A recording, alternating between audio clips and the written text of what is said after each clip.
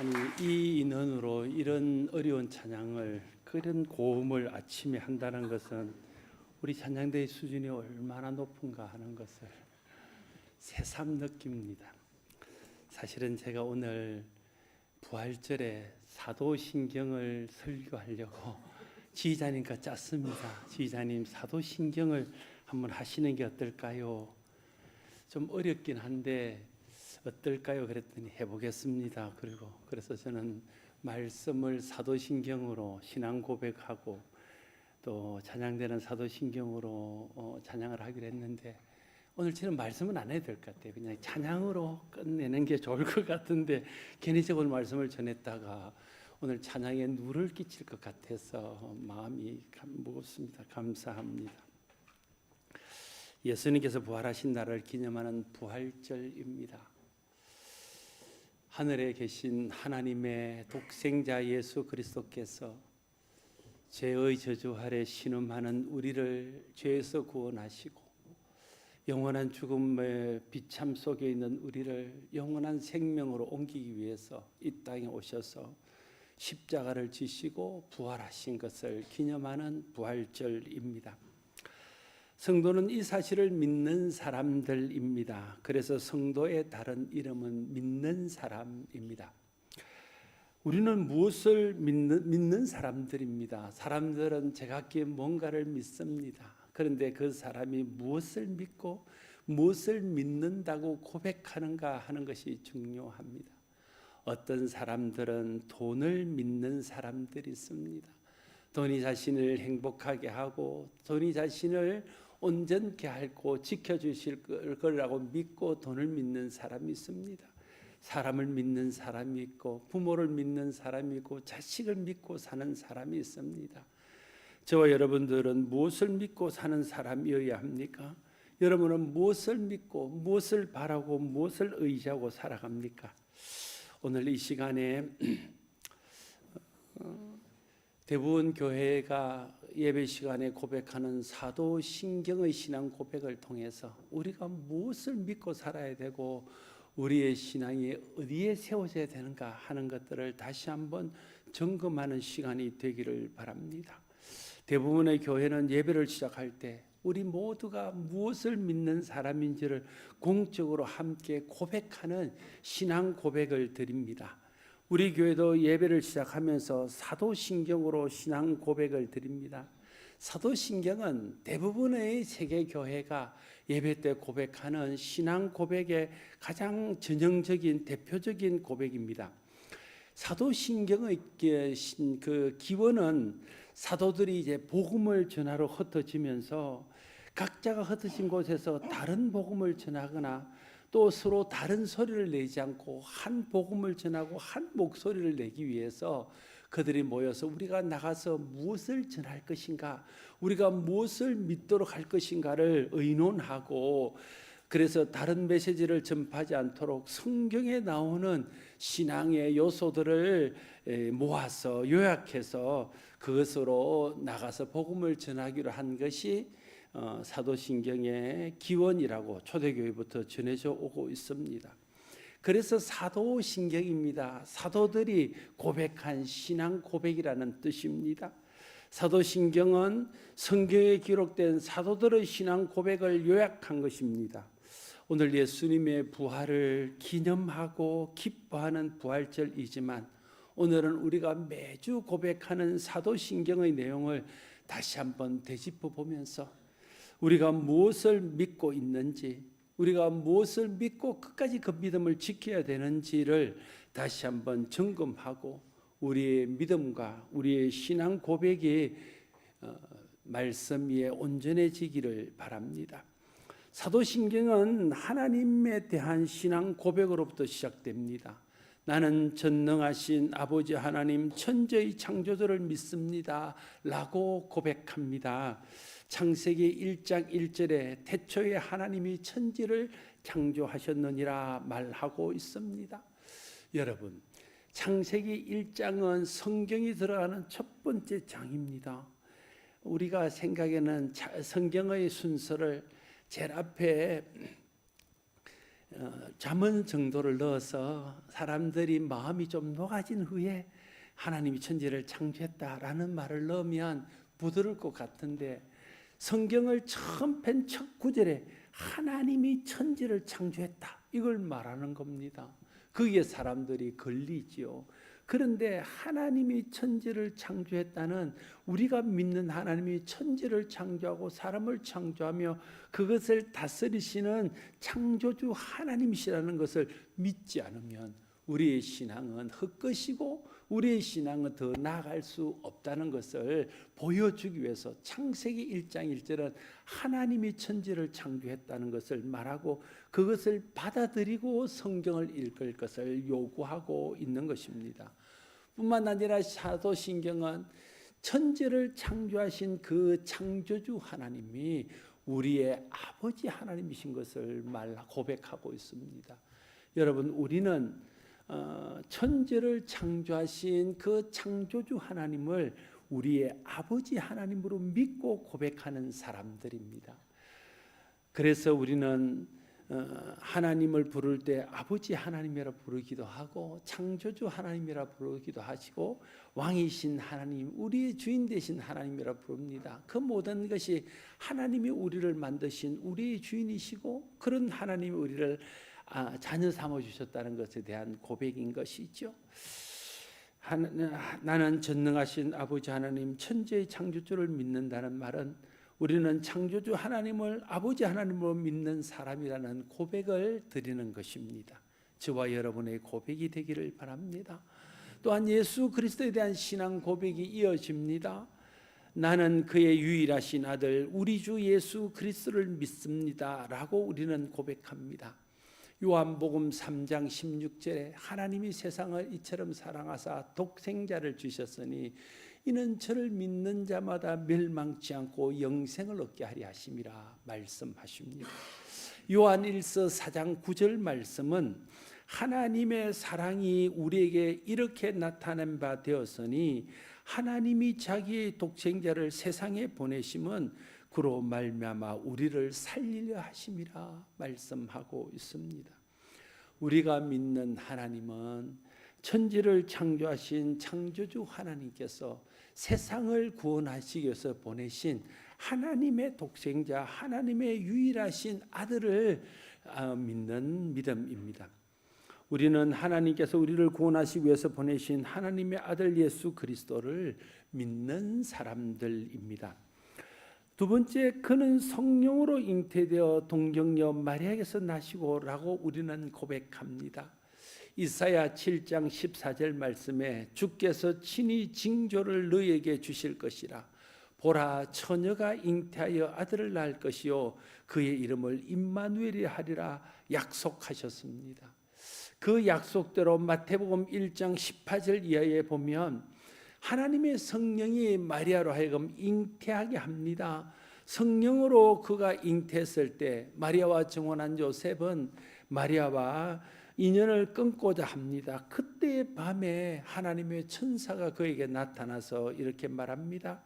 요셉이 이 일을 생각할 때에 주의 사자가 현몽하여 이르되 다윗의 자손 요셉아, 내 아내 마리아 데려오기를 무수하지 말라. 그에게 잉태된 자는 성령으로 된 것이라. 아들을 낳으니 이름을 예수라 하라. 이는 그가 자기 백성을 그의 죄에서 구원할 자심이니라 하니라. 이 모든 일이 된 것은 주께서 선제로 하신 말씀을 이루려 하심이니 이르시되 보라, 처녀가 잉태하여 아들을 낳을 것이요 그의 이름을 임마누엘이 하려 하셨으니 이를 번역하면 하나님이 우리와 함께 계시다 함이라. 요셉이 잠에서 깨어 일어나 주의 사자의 분부대로 행하여 그의 아내를 데려왔으나 아들을 낳기까지는 동침하지 아니하더니 나음의 이름을 예수라 하니라 말씀하고 있습니다. 예수님은 성경의 약속대로 성령으로 잉태한 처녀의 몸에서 태어난 분입니다. 우리는 성령으로 잉태되어 동정녀의 몸에서 탄생하신 죄 없으신, 원죄가 없으신 예수님을 믿는 사람들입니다.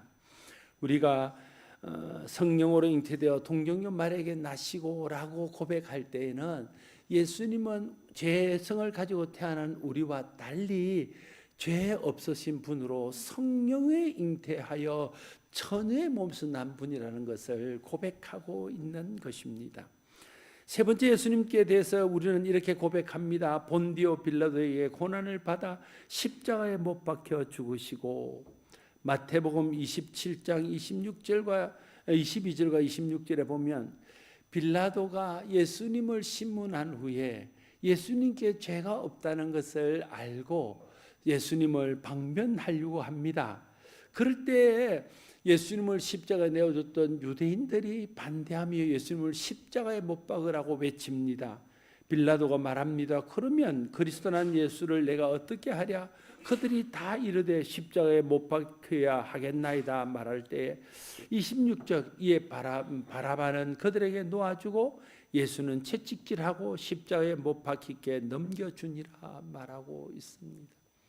겉으로 보일 때는 사람들의 요구에 의해서 빌라도가 예수님을 십자가에 못 박은 것처럼 보입니다. 그래서 빌라도가 예수님을 십자가에 못 박았다고 말합니다. 그러나 사람들의 손을 빌고 빌라도의 손을 빌어서 예수님을 십자가에 못 박았지만 그것은 하나님께서 모든 사람이 그 죄로 인해서 죽어야 될 그 죽음을 대신하기 위해서 가장 비참하고 가장 처참한 죽음은 십자가로 예수님을 내어주셔서 예수님이 우리의 죄를 대신하여 우리 대신 죄의 형벌을 받으신 것입니다.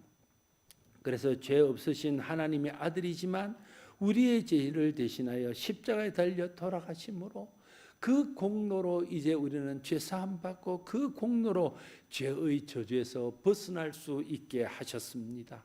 우리는 인류의 죄를 대신하여 십자가에 달려 죽으신 구원자 예수 그리스도를 믿는 사람들입니다. 그것이 본디오 빌라도에게 고난을 받아 십자가에 못 박혀 죽으시고 라고 고백하는 의미 속에 담겨져 있는 의미입니다. 또한 장사된 지 사흘 만에 죽은 자 가운데서 다시 살아나셨으며 라고 우리는 고백합니다. 예수님은 하나님의 아들이십니다. 예수님의 죽음은 우리를 대신하여 죽은 죽음입니다. 우리를 대신하여 죽었지만 그 죽음에 매여 있을 수 있는 분이 아니셨습니다. 그래서 예수님은 죽음을 이기고 사망의 권세를 깨뜨리고 장사된 지 사흘 만에 다시 살아나셨습니다. 고린도전서 15장에 보면 예수님이 살아난 것을 목격한 증인들의 이야기가 나옵니다. 베드로로부터 사도들과 또 500명의 또 성도들과 그 위에 야고보와 만삭되지 못하여 나에게까지 베드로 이야기, 바울 이야기까지 나타났다고 증언하고 있습니다. 그러면서 고린도전서 15장 3절과 4절에서 성경대로 그리스도께서 우리 죄를 위하여 죽으시고 장사 지낸 바 되었다가 성경대로 다시 살아나사라고 말하고 있습니다. 성경에 하나님께서 이 땅에 메시아를 보내실 텐데 그분이 우리의 죄를 대신하여 죽을 것이라고 이사야 53장에 예언하셨고 그 예언대로 예수님은 우리의 질고를 지고 우리의 허물을 대신하여 십자가에 달려 돌아가시고 예수님께서 죽은 자 가운데서 다시 살아나실 것이라 약속하신 대로 죽은 자 가운데서 사흘 만에 부활하셔서 모든 믿는 자들의 부활의 첫 열매가 되시고 이제 누구든지 예수님과 함께 믿음으로 죽으면 예수님과 함께 살아나서 영원히 살 수 있다는 부활의 산 소망이 되어 주셨습니다. 우리는 성경의 예언대로 우리 죄를 위하여 십자가에 죽으셨다가 성경의 예언대로 다시 살아나신 부활하신 예수님을 믿는 사람들입니다. 이것이 장사된 지 사흘 만에 죽은 자 가운데서 다시 살아나셨으며 라고 고백할 때 그 고백 속에 담겨져 있는 의미입니다. 또한 하늘에 오르사 전능하신 아버지 하나님 우편에 앉아 계시다가 라고 우리는 고백합니다. 마가복음 16장 19절에 주 예수께서 말씀을 마치신 후에 하늘로 올려져서 하나님 우편에 앉으시니라 말하고 있습니다. 예수님은 우리의 죄를 대신하여 십자가를 지고 다시 부활하신 후에 본래 계시던 하나님 나라에 올라가셔서 하나님 우편 하나님의 영광의 자리에 앉아 계시는 분이십니다. 우리는 그 예수님을 믿는 사람들입니다. 또한 거기로부터 살아있는 자와 죽은 자를 심판하러 오신다라고 우리는 고백합니다. 사도행전 1장 11절에 부활하셔서 성천하신 예수님을 올려다보고 있는 제자들에게 이렇게 천사가 말합니다. 갈릴리 사람들아 어찌하여 서서 하늘을 쳐다보느냐. 너희 가운데서 하늘로 올라가신 이 예수는 하늘로 가심을 본 그대로 오시리라 말씀하고 있습니다. 요한계시록 22장 12절 말씀에 이제 심판에 대해서 말씀하시며 보라 내가 속히 오리니 내가 줄 상이 내게 있어 각 사람에게 그가 행한 대로 갚아주시리라 말씀하고 있습니다. 예수님이 성천하시면서 성천하신 대로 다시 오신다 말씀하셨습니다. 우리는 예수님 다시 오실 것을 믿고 예수님 다시 오심을 기다리는 재림신앙으로 사는 사람들입니다.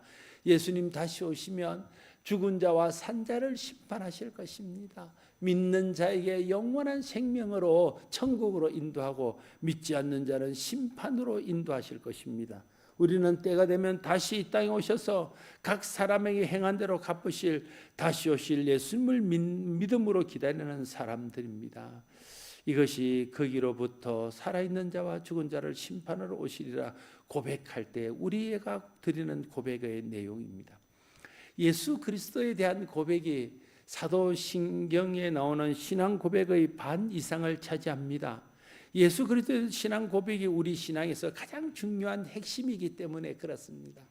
예수를 어떻게 고백하느냐에 따라서 우리 인생이 달라집니다. 우리의 구원이 결정됩니다. 천국이 결정되어집니다. 오늘 본문은 예수님의 제자들과 함께 예수님이 가이사라 빌립보에 가셨을 때 일어났던 일입니다. 우리가 잘 아는 내용이고 이 내용으로 여러 번 설교한 내용입니다. 예수님이 제자들에게 물었습니다. 사람들이 나를 누구라고 생각하느냐? 그럴 때 제자들이 말하기를 어떤 사람은 세례 요한이 다시 살아났다 하고 어떤 사람은 엘리야가 왔다가 하고 어떤 사람은 예레미야라고 하고 어떤 사람은 선지자 중에 한 사람이라고 말합니다. 이렇게 대답합니다. 그때 예수님께서 그러면 너희는 나를 누구라 하느냐 이렇게 묻습니다. 그때 베드로가 대답하기를 주는 그리스도시요 살아계신 하나님의 아들이십니다 라고 신앙 고백을 드립니다. 예수님께서 베드로의 신앙 고백을 듣고 흡족하셨습니다. 베드로의 신앙 고백이 우리가 드려야 될 신앙 고백인 것을 예수님이 아셨습니다. 그래서 예수님은 베드로의 신앙 고백을 들으시고 네게 복이 있다고 축복하시면서 이것을 알게 하신 이는 하늘에 계신 아버지시다라고 말씀하시고 그러시면서 이 신앙 고백 위에 내가 내 교회를 세울 텐데 이 교회는 엄부의 권세가 해할 수 없게 될 것이다 약속하셨습니다. 그래서 모든 교회는 예수님을 그리스도로 하나님의 아들로 믿는 신앙 고백 위에 세워져 있는 겁니다. 그 신앙 고백을 같이 하는 사람이 우리가 예수를 그리스도를 믿는 사람의 공동체 교회가 되는 것입니다. 또한 예수님은 그에게 말하기를 내가 천국의 열쇠를 줄 텐데 교회에 천국의 열쇠를 주면서 너희가 땅에서 매면 하늘에서 매이고 땅에서 풀면 하늘에서 풀릴 것이다. 교회가 기도하는 대로 교회가 하나님 앞에 구하는 대로 하나님께서 교회에서 드리는 기도 교회가 구하는 것을 듣고 응해 주시고 이루어 주실 것을 약속하시면서 교회가 세상의 능력이고 교회가 세상을 구원할 하나님의 집인 것을 우리에게 말씀해 주신 것입니다. 또한 말씀하시기를 이제 베드로의 신앙 고백이 끝나고 난 후에 한 번도 제자들에게 말씀하시지 않았던 비밀, 그러나 복음의 핵심이 되는 이제 내가 예루살렘에 올라가서 고난을 당하고 십자가에 달려 죽을 것인데 그러나 내가 사흘 만에 다시 살아날 것이다. 그것을 비로소 베드로의 신앙 고백을 듣고 난 후에 했다는 거예요. 우리가 예수를 그리스도로 예수를 하나님을 아들로 믿는 사람이어야 예수님의 십자가의 죽음이 우리를 위한 것인 것이 믿어지고 예수님의 부활이 믿어진다는 것을 예수님이 말씀하고 있는 것입니다. 저와 여러분이 예수님에 대한 신앙 고백은 무엇입니까? 우리의 신앙 고백이 우리의 신앙의 질을 결정하고 우리의 인생의 운명을 결정하고 우리가 천국 가느냐 못 가느냐를 결정합니다. 저와 여러분의 고백이 오늘 베드로가 고백했던 것처럼 주는 그리스도시요 살아계신 하나님의 아들이라 고백함으로 그 고백을 통해서 베드로가 받았던 이런 복을 함께 받는 우리 모두가 될 수 있기를 바랍니다. 또한 세 번째는 하나님에 대해서 첫 번째 고백하고, 두 번째는 예수 그리스도에 대해서 고백하고, 사도신경은 세 번째 성령님에 대해서 고백합니다. 성령님에 대해서는 간단하게 이렇게 고백합니다. 나는 성령을 믿으며. 성령님을 믿는다는 것은 성령이 살아계셔서 역사하는 것을 믿는 것입니다. 여러분, 성령님이 예수님께 역사하셨습니다. 예수님이 태어나실 때 성령으로 잉태하여 동정녀 마리아에서 태어나게 하셨습니다. 예수님이 세례 받으실 때 성령이 비둘기같이 임하셨습니다. 마귀에게 시험을 받을 때 성령이 함께 동행하여 마귀에게 시험 받는 예수님을 도우셨습니다. 이 땅에 사시는 동안 모든 사역의 현장에 예수님과 성령님이 함께 계셨습니다. 예수님이 십자가에 달려 돌아가시는 순간까지 성령님이 함께 계셨고, 물론 부활의 현장에도 성령님이 함께 하셨습니다. 또한 성령님은 우리에게도 함께 하십니다. 그래서 교회가 시작될 때 제일 먼저 교회에 임한 것은 성령님이셨습니다. 성령님을 예수님은 또 다른 보혜사라고 우리에게 소개하셨습니다. 예수님이 하신 일을 똑같이 우리에게 하시는 분이라는 뜻입니다. 또 다른 보혜사로 우리 속에 계시면서 말씀을 깨닫게 하시고 믿게 하시고 육신의 욕심을 이기게 하시고 하나님의 뜻을 따라 행할 수 있도록 도우십니다. 우리를 위해서 또한 기도하십니다. 로마서 8장 26절 말씀에 이같이 우리 성령도 연약함을 도우시나니 우리가 마땅히 빌 바를 알지 못하나 오직 성령이 말할 수 없는 탄식으로 우리를 위하여 친히 간구하시느니라 말씀하십니다. 성령님은 우리가 무엇을 기도해야 될지 알지 못할 때, 우리가 무엇을 간구해야 될지 당황하고 있을 때 우리를 대신하여 꼭 우리에게 필요한 것을 하나님께 대신 빌어주는 중보자로서 기도하고 계신다는 겁니다. 성령님은 우리를 변화시켜서 하나님의 잃어버렸던 형상인 사랑과 희락과 화평과 자비와 인내와 양성과 충성과 온유와 절제의 열매를 맺게 하심으로 예수님 닮은 변화된 삶을 살아갈 수 있도록 또한 도우십니다. 뿐만 아니라 성령님은 우리에게 풍요롭고 다양한 은사들을 베풀어 주셔서 그 은사를 통해서 교회를 섬기고 세상을 섬기며 믿음의 사람으로 온전히 설 수 있도록 도우십니다. 권능을 주어서 땅끝까지 또한 복음을 전하게 하십니다. 우리는 하나님의 영이시며 그리스도의 영이신 성령 하나님을 믿는 사람들입니다. 또한 교회에 대한 성도의 신앙 고백이 이어집니다. 거룩한 공교회와 성도의 교제와라고 말합니다. 거룩한 공교회란 예수 그리스도의 피로 세워진 하나님의 교회를 말합니다. 어느 한 특정한 교회를 말하는 것이 아니라 전 세계에 흩어져서 예수를 그리스도로 고백하고 하나님의 아들을 믿으며 십자가와 부활을 믿는 모든 교회를, 그것을 우주적인 교회, 보편적인 교회라고 신학적으로 말하는데, 이 우주적이고 보편적인 모든 교회를 거룩한 공교회라고 부릅니다. 유대인이나 헬라인이나 종이나 자유인이나 구분 없는 모든 사람들에게 열려져 있는 그런 복음적인 교회입니다. 성도는 이 교회 공동체 안에서 은혜 받고 또 성도와의 교제를 통해서 서로 배우고 격려하고 힘을 얻습니다. 그래서 사도행전 2장 42절에 초대 예루살렘 교회의 부흥과 초대 예루살렘 교회의 하나님 나라와 같은 천국과 같은 그런 아름다운 모습을 이루게 된 것을 이야기하면서 2장 42절에서 가르침을 받아 서로 교제하며 라고 말하고 있습니다. 교회는 그리스도의 가르침을 받아 그 성경이 가르치고 복음이 가르치고 하나님이 가르치시는 대로 서로 교제하는 공동체입니다. 성도의 교제의 내용은 말씀을 나누는 말씀의 교제, 같이 모여 기도하는 기도의 교제, 같이 모여 찬양하는 찬양의 교제, 물질을 나누는 봉사의 교제, 위로와 용기를 북돋아주는 권면의 교제, 간증을 나누는 간증의 교제 등 여러 가지가 있을 수 있습니다. 우리는 그리스도의 몸된 거룩한 교회와 지체인 성도와의 사랑과 은혜의 교제를 통해서 함께 자라가고 함께 힘을 얻고 함께 하나님의 나라를 세워가는 믿음의 형제들입니다. 이것이 거룩한 교회와 성도의 교제와 라고 고백할 때 그 고백 속에 담겨져 있는 의미입니다. 또한 죄를 용서받는 것과 라고 우리는 고백합니다. 우리는 회개할 때 예수 그리스도의 십자가를 통해서 이루신 죄 용서의 은혜를 우리의 것으로 누릴 수 있습니다. 예수님은 인류의 죄를 대신하여 십자가에 달려 죽으셨습니다. 이제 누구든지 그것을 믿는 자는 그 예수님이 이루신 십자가의 공로를 자기 것으로 누릴 수 있도록 하나님이 약속하셨습니다. 예수님이 십자가에서 인류를 구원하셨지만 그 십자가를 믿는 사람이 그 구원의 은혜를 누릴 수 있습니다. 그 십자가를 믿지 못하는 사람들은 예수님이 이루신 구원의 공로를, 구원의 은혜를 자기 것으로 누리지 못하는 것입니다. 그래서 예수 그리스도를 회개하고 예수를 믿을 때 죄 용서받고 죄에서 구원받습니다.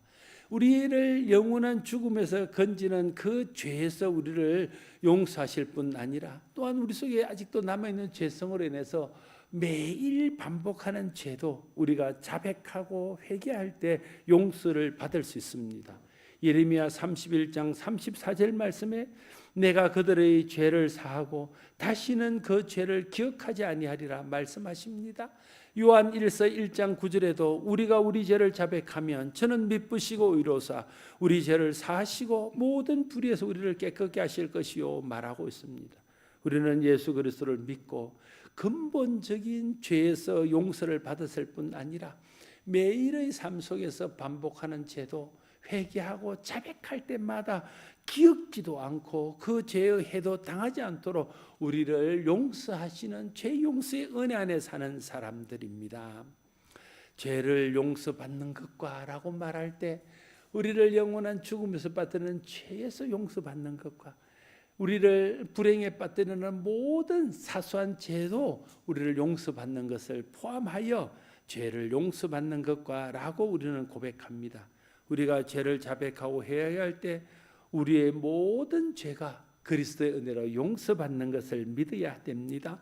또한 몸의 부활과라고 우리는 고백합니다. 우리는 우리의 몸이 예수님의 부활하신 것 같은 몸으로 다시 부활할 것을 믿습니다. 고린도전서 15장 13절에 만일 죽은 자의 부활이 없으면 그리스도도 다시 살지 못하였으리라. 그리스도께서 다시 살지 못하였다면 우리의 전파하는 것도 헛것이요 너희 믿음도 헛것이며 너희가 여전히 죄 가운데 있을 것이요 그리스도 안에서 잠자는 자도 망하였으리라 말씀하고 있습니다. 만약에 그리스도의 부활이 없고 우리의 부활이 없다면 초대교회 사도들이 증거한 것이 핵심이 부활의 복음인데 그것이 헛것이 되고 우리의 믿음도 헛것이 될 것이고 믿음 안에서 죽었던 사람들도 이제 망하게 될 것이다 말하고 있습니다. 그러나 그리스도께서 모든 잠자는 자들의 첫 열매로 부활하셔서 모든 믿는 자들의 부활의 보증이 되어 주셨습니다. 그래서 예수님의 부활을 잠자는 자들의 첫 열매라고 부르십니다. 요한복음 11장 25절에서 예수님은 이렇게 약속하셨습니다. 나는 부활이요 생명이니 나를 믿는 자는 죽어도 살겠고 무릇 살아서 나를 믿는 자는 영원히 죽지 아니하리라. 그러시면서 묻기를 너희가 이것을 믿느냐라고 물으십니다. 우리가 이것을 믿을 때에 우리가 죽어도 다시 살고 우리가 살아서 주님 다시 오실 것을 맞이하면 주님과 같이 부활된 몸으로 영원히 살게 되는 것입니다. 이것이 초대교회 성도들이 믿었던 몸의 부활과라는 신앙 고백 속에 담겨져 있는 의미입니다. 또한 영생을 믿습니다라고 우리는 고백하며 아멘이라고 우리 신앙 고백을 마무리합니다. 예수님을 믿는 순간 우리는 영원한 생명을 얻습니다. 요한복음 5장 24절에 내 말을 듣고 또 나 보내신 이를 믿는 자는 영생을 얻었고 심판에 이르지 아니하나니 사망에서 생명으로 옮겼느니라 말씀하십니다. 영생이란 지금과 같은 몸으로 영원히 사는 것을 말하는 것이 아닙니다. 예수님처럼 변화된 부활의 몸을 입고 부활한 예수님과 함께 하나님 나라에서 영광스럽게 영원히 사는 것을 말합니다. 로마서 10장 10절 사람이 마음으로 믿어 의에 이르고 입으로 신하여 구원에 이르느니라. 여러분, 마음으로 믿어 의롭게 되고 입으로 신하여 구원이 확정됩니다. 그래서 마음으로 믿는 바를 입으로 신하는 것이 신앙 고백입니다. 그러니까 우리의 신앙 고백이 얼마나 중요한 것입니까? 우리의 신앙 고백이 우리의 구원을 확증하는 것이 되는 것입니다. 디모데전서 4장 16절에 내가 내 자신과 가르침을 살펴 이 일을 계속하라. 이것을 행함으로 네 자신과 내게 듣는 자를 구원하리라 말합니다. 우리의 신앙 고백은 우리를 구원할 뿐 아니라 우리의 신앙 고백을 듣는 사람들을 구원에 이르게 한다는 거예요. 초대교회 사도들과 성도들이 전한 복음은 그들이 믿는 믿음을, 그들이 믿는 신앙을 고백하는 신앙 고백이었습니다. 그것을 듣는 사람들이 그들도 믿고 구원을 얻게 된 것입니다. 우리가 믿는 믿음의 핵심인 예수 그리스도의 부활과 예수 그리스도의 부활을 기념하는 이 부활절에 다시 한번 내가 무엇을 믿고 있는지를 점검하고 성경의 가르침대로 사도들이 사도신경에서 고백한 대로 천지를 창조하신 아버지 하나님을 믿고 또 우리 주 예수 그리스도 하나님의 독생자 그분을 믿으며 나를 위해서 동정녀를 통해서 탄생하시고 죄 없으신 분이 내 죄를 대신하여 십자가에 죽으시고 죽은 지 사흘 만에 다시 살아나서 영원한 생명으로 천국에 가셔서 그것을 믿게 하시는 성령을 보내주시고 거룩한 교회와 성도의 교제를 통해서 우리를 이게 믿음을 지키게 하시고 주님 오실 때까지 함께 신앙생활하며 함께 배우며 함께 교제하며 끝까지 예수 믿게 하다가 그래서 주님 오실 때 주님을 맞이하게 하는 이 거룩한 신앙 고백을 날마다 드리며 이 고백이 그냥 우리가 주일날 그냥 주문처럼 외우는 것이 아니라 우리의 약점은 사도신경이든 주기도문이든 너무나 중요한 고백인데 그걸 그냥 하다 보니 아무 뜻 없이 생각 없이 마음을 담지 않은 채 그냥 주문처럼 외우는 것이 문제입니다. 그래서 오늘 다시 한번 사도신경의 의미를 되새겨서 믿음으로 사도신경을 고백함으로 사도들이 받은 축복, 사도들을 통해서 이루어진 놀라운 복음의 역사가 우리를 통해서 우리 교회를 통해서 이루어질 수 있기를 바랍니다. 기도하겠습니다. 아버지 하나님 감사합니다. 사도들이 고백한 사도신경이 우리의 고백이 되기를 소원합니다. 사도들이 그 신앙 고백을 통해서 구원받고 모든 사람들을 구원에 이르게 했던 것처럼 우리의 이 신앙 고백을 통해서 우리의 구원이 확증이 되어지고 믿지 않는 사람들을 구원으로 인도할 수 있는 우리 모두가 되게 하여 주시옵소서. 우리를 대신하여 십자가를 지시고 우리를 위하여 영원한 생명으로 구원하신 예수님 이름으로 기도드리옵나이다.